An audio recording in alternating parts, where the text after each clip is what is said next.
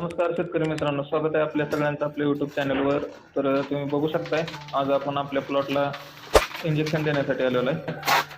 तर तुम्ही हं. बघू शकताय आता आपण कमळ वरती असतानाच मालाचं हार्वेस्टिंग करतोय. याचा रिझल्ट काय होतोय, एकदम क्वालिटीचं घड पडते.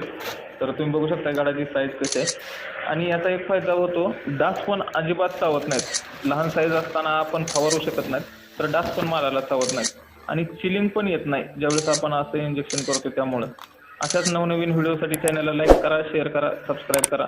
धन्यवाद.